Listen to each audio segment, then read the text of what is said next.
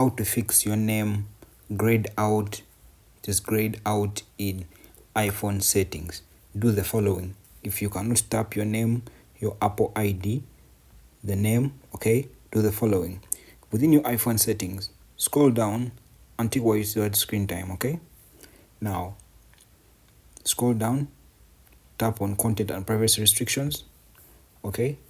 Now, if content and privacy restriction is actually turned on like this, okay, if it's turned on like this, scroll down and look for something called account changes, which is right here. You can see it's now turned don't allow. The don't allow option is one which is actually on, so it's tap account changes. Now I want you to turn this to allow, okay?